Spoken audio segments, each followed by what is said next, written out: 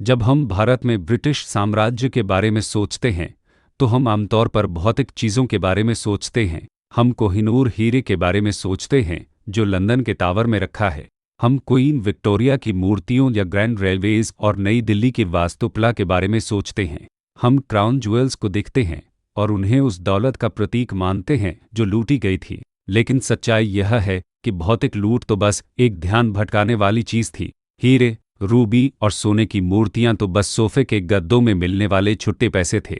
असली चोरी, वह चोरी जिसने मानव इतिहास की दिशा बदल दी, वह महल लूटने वाले सैनिकों ने नहीं की, वह लंदन की शांत दफ्तरों में बैठे बैंकरों ने की। यह तलवार और बंदूकों से नहीं, बल्कि विनिमय दरों और कर नीतियों से किया गया। यह चांदी और सोने की कीमत में हेराफेरी करके किया गया। हाल के आर्थिक शोध ने इस चोरी पर एक आंकड़ा लगाया है। वह आंकड़ा है $45 ट्रिलियन। यह $45 ट्रिलियन 1765 और 1938 के बीच भारत से ब्रिटेन ने निकाला। इस आंकड़े को परिप्रेक्ष्य में रखें तो यह आज के यूनाइटेड किंगडम के कुल सालाना सकल घरेलू उत्पाद से 17 गुना ज्यादा है। यह रकम इतनी विशाल है कि समझना लगभग असंभव है।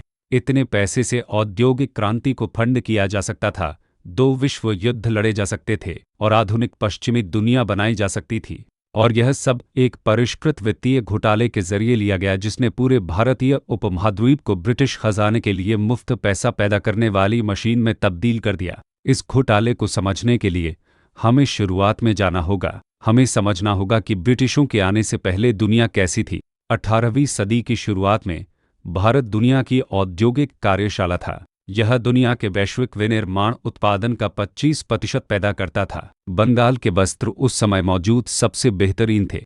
दक्षिण भारत में बना इस्पात इतनी क्वालिटी का था कि यूरोपीय लोहार उसकी नकल नहीं कर सकते थे। गुजरात के शिपयार्ड ऐसे जहाज बनाते थे जो रॉयल नेवी के किसी भी जहाज से मजबूत और तेज थे। सदियों तक यूरोप और भारत के बीच संबंध सरल था। यूरोप को भारतीय सामान चाहिए था, लेकिन भारत को यूरोपीय सामान नहीं चाहिए था। ब्रिटेन के पास बेचने को कुछ नहीं था जो भारतीय चाहते। भारत के मौसम के लिए ब्रिटिश ऊन बहुत गर्म होती थी। ब्रिटिश विनिर्माण भारतीय कारीगरी के मुकाबले घटिया और आदिम था, इसलिए सैकड़ों सालों तक व्यापार एक तरफा था। ब्रिटिश व्यापारी चांदी और सोने से भरे जहाज लेकर भारत आते। वे भारतीय व्यापारियों को ठोस बुलियन सोने चांदी के सिक्के में भुगतान करते और मसालों और वस्त्रों के साथ वापस जाते। यूरोप के लिए यह एक समस्या थी। उनकी चांदी बह रही थी। भारत दुनिया की बुलियन का अंतिम गंतव्य माना जाता था। रोमनों ने इसकी शिकायत की, स्पेनियों ने इसकी शिकायत की और ब्रिटिशों ने भी इसकी शिकायत की। दुनिया की दौलत पूरब की ओर बहती और वहीं रुक जाती। लेकिन 1757 में सब कुछ बदल गया। ईस्ट इंडिया कंपनी ने प्लासी की लड़ाई में बंगाल के नवाब को हरा दिया। अचानक एक निजी कॉरपोरेशन ने खुद को एशिया के सबसे अमीर प्रांत का मालिक पाया। 1765 में उन्होंने दीवानी हासिल कर ली, जो बंगाल में कर वसूलने का अधिकार था। यह वह पल था जब नदी का बहाव उलट गया। यह वह पल था जब निकासी शुरू हुई। 1765 से पहले ईस्ट इंडिया कंपनी को भारतीय वस्त्र खरीदने के लिए लंदन से चांदी लानी पड़ती थी। 1765 के बाद उन्होंने चांदी लाना बंद कर दिया। इसके बजाय उन्होंने बंगाल के किसानों से वसूले गए कर के पैसे से सामान खरीदा। सोचिए इसका मतलब क्या है।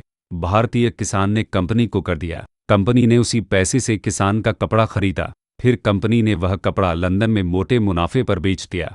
भारतीय अनिवार्य रूप से ब्रिटिश को अपना सामान ले जाने के लिए भुगतान कर रहे थे। यह आयोजित धोखाधड़ी की एक प्रणाली थी जहां पीड़ित ने चोर के लिए नकदी मुहैया कराई। लेकिन यह तो सिर्फ शुरुआत थी। ब्रिटिश साम्राज्य ने महसूस किया कि वे सिर्फ साधारण कराधान पर निर्भर नहीं रह सकते। उन्हें एक पूरे महाद्वीप से दौलत निकालने के लिए एक और अधिक परिष्कृत प्रणाली की आवश्यकता थी। उन्हें मुद्रा पर ही नियंत्रण करना था। और यह हमें 19वीं सदी की महान मौद्रिक त्रासदी की ओर ले जाता है। चांदी और सोने के बीच की लड़ाई। मानव इतिहास के अधिकांश समय चांदी और सोने दोनों पैसे के रूप में इस्तेमाल होते थे। भारत चांदी के मानक पर था। रुपया एक चांदी का सिक्का था। इसमें शुद्ध चांदी का एक निश्चित वजन होता था। ब्रिटिश पाउंड काफी हद तक सोने के मानक पर था। लंबे समय तक इससे कोई फर्क नहीं पड़ा क्योंकि चांदी और सोने के बीच विनिमय दर स्थिर थी। मोटे तौर पर 15 औंस चांदी की कीमत 1 औंस सोने के बराबर थी। यह अनुपात सदियों से स्थिर रहा था। लेकिन 1870 के दशक में चांदी के बाजारों पर आपदा टूट पड़ी।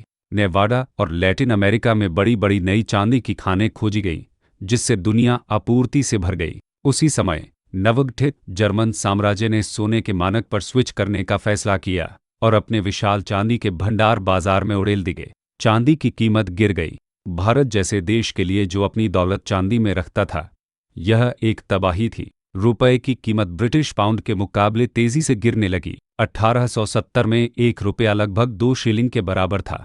1890 तक यह गिरकर सिर्फ 1 शिलिंग से थोड़ा ऊपर रह गया। भारतीय लोगों की जेब में पड़ा पैसा अंतर्राष्ट्रीय बाजार में अपनी आधी कीमत खो रहा था। अगर भारत एक स्वतंत्र देश होता तो वह खुद को बचा सकता था। वह आयात पर शुल्क लगा सकता था या खुद सोने के मानक पर स्विच कर सकता था। लेकिन भारत स्वतंत्र नहीं था। यह लंदन के फायदे के लिए चलाया जाने वाला एक उपनिवेश था और लंदन के बैंकरों ने चांदी के संकट को त्रासदी नहीं बल्कि एक अवसर के रूप में देखा। उन्होंने महसूस किया कि वे चांदी के रुपए और सोने के पाउंड के बीच के अंतर का इस्तेमाल स्थायी ऋण की एक प्रणाली बनाने के लिए कर सकते हैं। इस प्रणाली को होम चार्जेस कहा जाता था। यह एक बिल था जो भारत सरकार को हर साल ब्रिटेन को देना पड़ता था। यह दिखावे में ब्रिटेन द्वारा शासित होने के विशेषाधिकार के लिए एक भुगतान था। भारत को भारत में तैनात ब्रिटिश सेना के लिए भुगतान करना पड़ता था। भारत को उन ब्रिटिश अधिकारियों की पेंशन के लिए भुगतान करना पड़ता था जो लंदन वापस सेवानिवृत्त हो गए थे।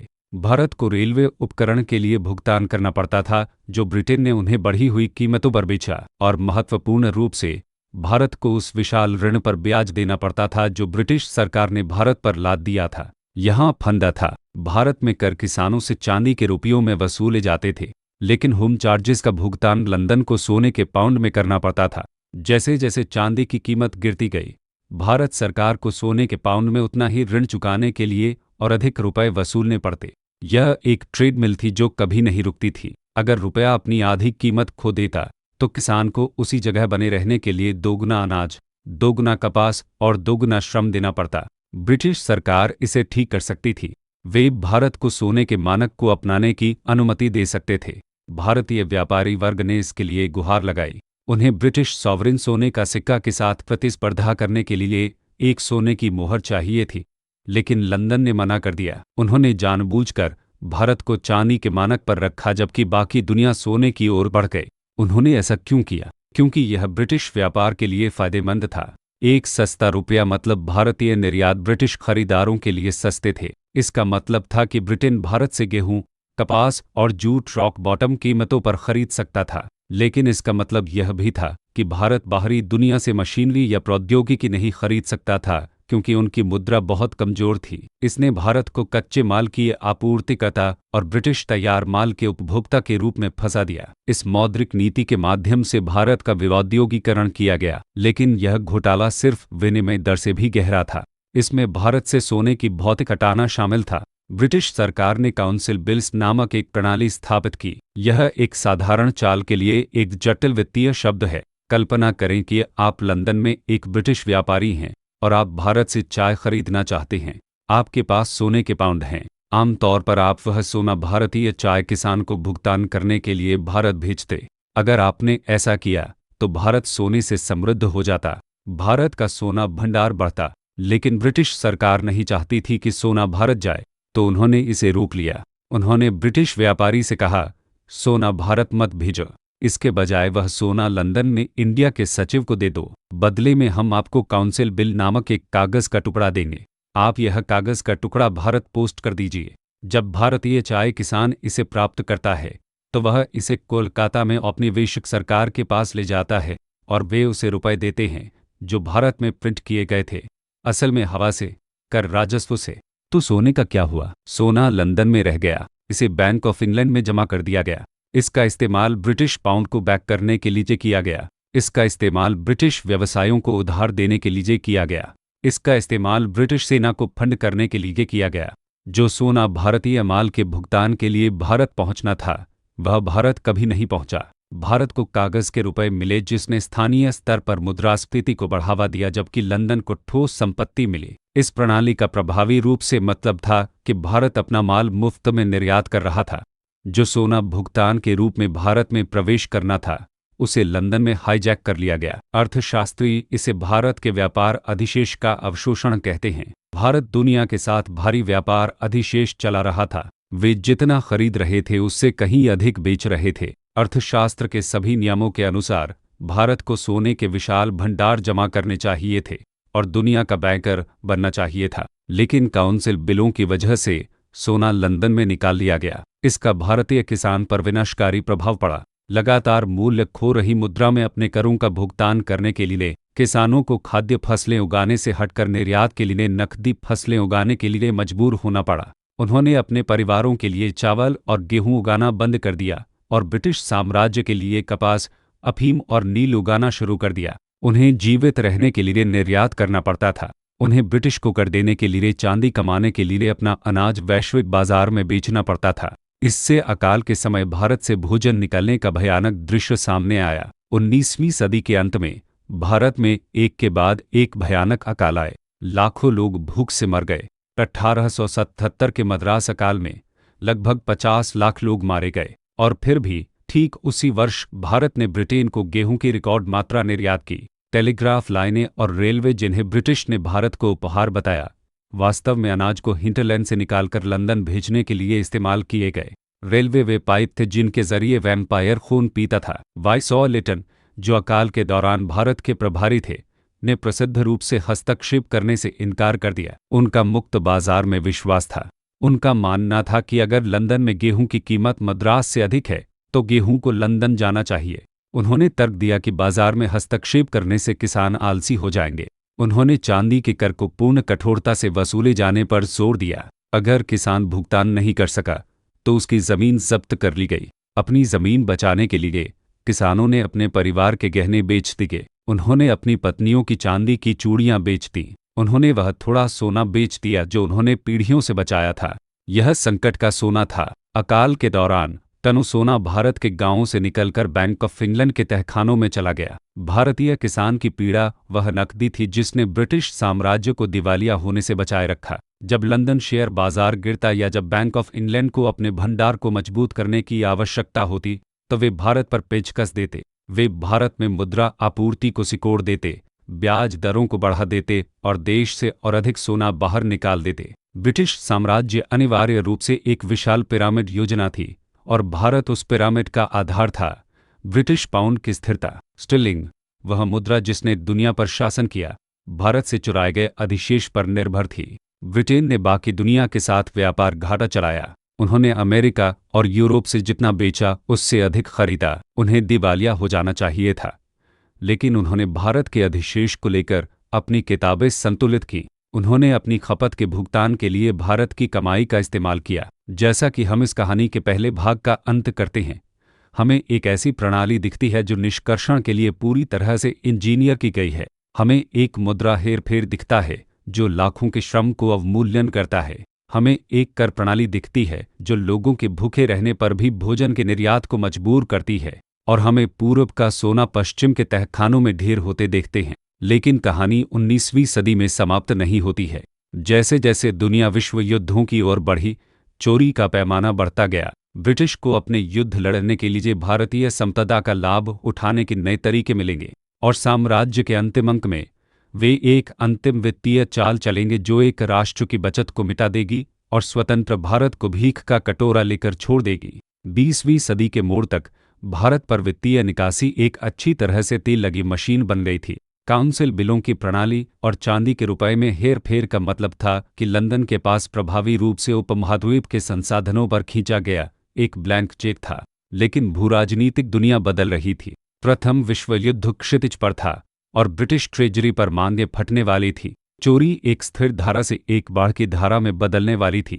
जब 1914 में विश्व युद्ध एक शुरू हुआ, ब्रिटेन को सख्त जरूरत थी दो चीजों की। उसे सैनिक चाहिए थे और उसे पैसा चाहिए था। भारत ने दोनों प्रदान की गए। 10 लाख से अधिक भारतीय सैनिकों ने यूरोप की खाइयों और मध्य पूर्व के रेगिस्तानों में सेवा की। लेकिन वित्तीय योगदान और भी चौंका देने वाला था। ब्रिटिश सरकार ने बस युद्ध की लागत के लिए भारत से शुल्क लिया। उन्होंने इसे उपहार कहा। भारतीय करदाता ने उन सैनिकों की भर्ती, उपकरण और परिवहन के लिए भुगतान किया जो ब्रिटिश साम्राज्य की रक्षा के लिए लड़ रहे थे। यह उपहार सैकड़ों मिलियन पाउंड था।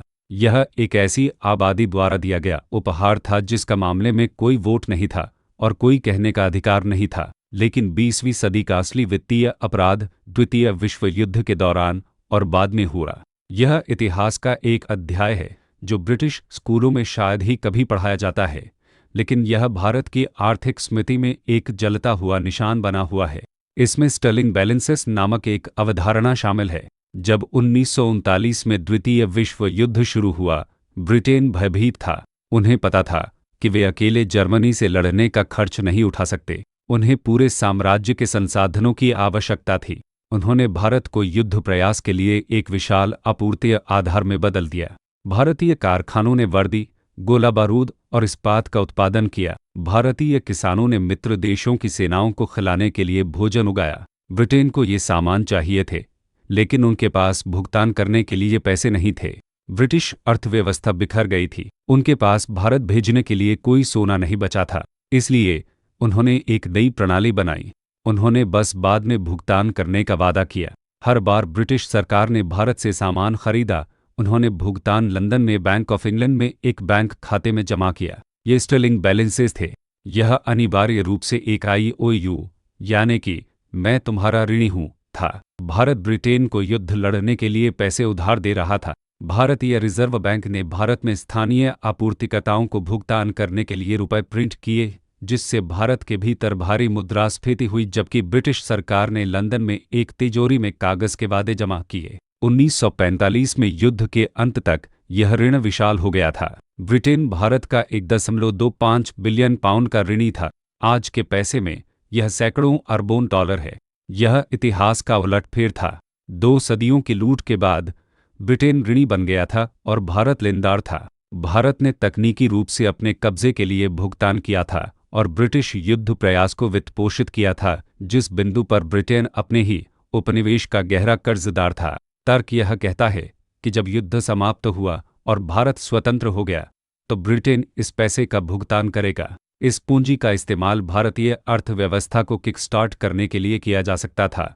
इससे बांध और पावर प्लांट और विश्वविद्यालय बनाए जा सकते थे। यह एक राष्ट्र की संचित बचत थी जो युद्ध प्रयास के लिए भूखा रखा गया था और अधिक काम किया गया था। 1943 के बंगाल अकाल के दौरान जहां 30 लाख लोग मारे गए, विंस्टन चर्चिल ने भारत से शिपिंग और खाद्य आपूर्ति को यूरोप के लिए रिजर्व स्टॉकपाइल में डाइवर्ट करना जारी रखा। जो भोजन उन 30 लाख लोगों को बचा सकता था, उसे इन IOU से खरीदा गया था। स्टर्लिंग बैलेंस शाब्दिक रूप से खून से भीगे हुए थे। लेकिन जब युद्ध समाप्त हुआ, ब्रिटिश सरकार ने ऋण को देखा और फैसला किया कि वे बस इसे चुकाना नहीं चाहते, या यूं कहें कि वे इसे अपने जीवन स्तर को नुकसान पहुंचाए बिना चुका नहीं सकते थे। प्रसिद्ध अर्थशास्त्री जॉन मेनार्ड कीन्स, जिन्हें अक्सर एक उदार प्रतिभा के रूप में मनाया जाता है, ने इसमें एक काले भूमिका निभाई। उन्होंने भारतीय ऋण को संभालने के तरीके के बारे में ब्रिटिश सरकार को सलाह दी। उन्होंने निजी तौर पर भारतीय दावों के लिए तिरस्कार व्यक्त किया। उन्होंने सुझाव दिया कि शायद ऋण को रद्द या कम कर दिया जाना चाहिए। उन्होंने तर्क दिया कि भारत को युद्ध प्रयास में योगदान देना ही चाहिए था। अंत में ब्रिटेन ने खुलकर डिफ़ॉल्ट नहीं किया, क्योंकि इससे वैश्विक स्तर पर पाउंड स्टर्लिंग की विश्वसनीयता नष्ट हो जाती। इसके बजाय उन्होंने कुछ और अधिक धोखाधड़ी वाला किया। उन्होंने बैलेंस को ब्लॉक कर दिया। जब 1947 में भारत स्वतंत्र हुआ, नई भारत सरकार ने अपने पैसे मांगे। ब्रिटिश ने कहा, नहीं, तुम इसे एक बार में नहीं ले सकते, हम इसे तुम्हें कई सालों में छोटी छोटी बूंदों में जारी करेंगे। उन्होंने संपत्ति को फ्रीज कर दिया। फिर चाल का दूसरा भाग आया, अवमूल्यन। 1949 में ब्रिटेन ने डॉलर के मुकाबले पाउंड का अवमूल्यन किया। क्योंकि भारतीय रुपया पाउंड से जुड़ा हुआ था, भारत की बचत का मूल्य रातों रात गिर गया। भुगतान में देरी करके और फिर मुद्रा का अवमूल्यन करके ब्रिटेन ने प्रभावी रूप से ऋण का एक बड़ा प्रतिशत मिटा दिया। उन्होंने भारत को उस पैसे से चुकाया जो सामान लेते समय जितना था उसका एक अंश मूल्य का था। यह साम्राज्य की अंतिम भव्य चोरी थी।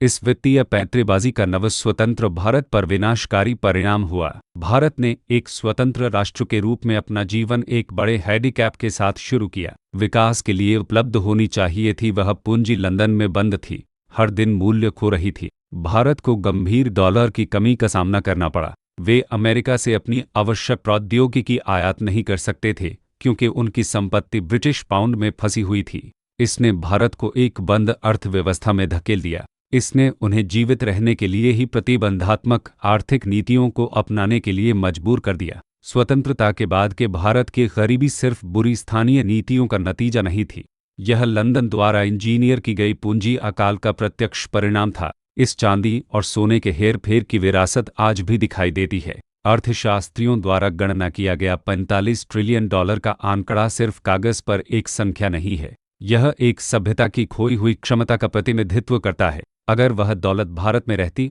और चक्रवृद्धि ब्याज की सामान्य दरों पर भारत में निवेश की जाती तो आज भारत संभवतः एक फर्स्ट वर्ल्ड राष्ट्र होता। औद्योगिक क्रांति जो ब्रिटेन में शुरू हुई, उसका ईंधन भारतीय पूंजी से था। मैनचेस्टर के स्टीम इंजन और लिवरपूल की रेलवे भारतीय चांदी की निकासी की पीठ पर बनी थी।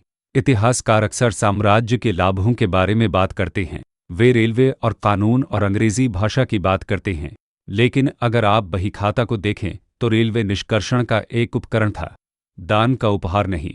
इसे ब्रिटिश इस्पात निर्माताओं को लाभ पहुंचाने के लिए बढ़ी हुई लागत पर भारतीय कर के पैसे से बनाया गया था और इसे देश से सामान बाहर ले जाने के लिए डिजाइन किया गया था, न कि लोगों को उसके चारों ओर घुमाने के लिए। चांदी की चाल मास्टर की थी। भारत को अवमूल्यनशील चांदी के मानक पर रखते हुए जबकि मालिकों के पास सोना था, ब्रिटेन ने सुनिश्चित किया कि व्यापार की शर्तें हमेशा उपनिवेश के खिलाफ रहेंगी। यह एक धांधली वाला कैसीनो था जहां वह कैसीनो न केवल बाधाओं को निर्धारित करता था बल्कि जब भी वे हारने लगते तो चिप्स के मूल्य को भी बदल देता था। तीसरी दुनिया और पहली दुनिया की अवधारणाएं भी इस इतिहास की एक उपज हैं।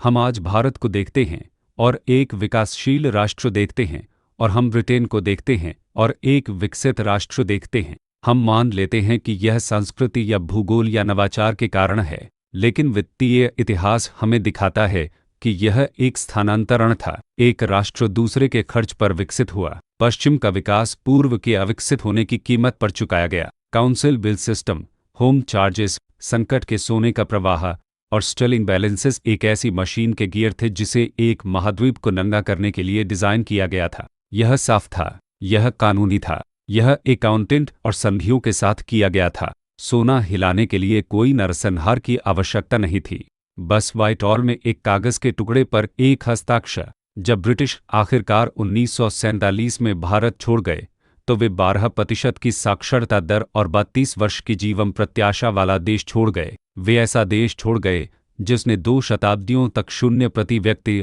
आय वृद्धि का अनुभव किया था। वे ऐसा देश छोड़ गए जिसे दुनिया के निर्माता से कच्चे माल के एक दरिद्र आपूर्तिकर्ता में बदल दिया गया था।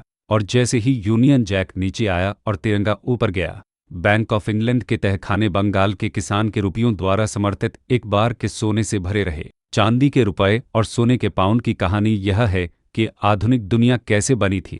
यह एक ऐसी कहानी है जो पश्चिमी श्रेष्ठता की कथा को चुनौती देती है। यह दर्शाता है कि बाजार का दृश्य हाथ साम्राज्य की लोहे की मुट्ठी द्वारा निर्देशित था, और यह हमें याद दिलाता है कि राष्ट्रों के खेल में सबसे शक्तिशाली हथियार बंदूक नहीं बल्कि मुद्रा है। 45 ट्रिलियन डॉलर चला गया है, इसे कभी वापस नहीं किया जा सकता, लेकिन यह समझना कि इसे कैसे लिया गया उस इतिहास को पुनः प्राप्त करने की पहली सीढ़ी है जो इसके साथ चोरी हो गया था। प्लीज़ लाइक, सब्सक्राइब, शेयर करें और एक कमेंट छोड़ें। अगर आपको वीडियो पसंद आए तो यहाँ दिए गए किसी भी QR कोड से मुझे एक कॉफ़ी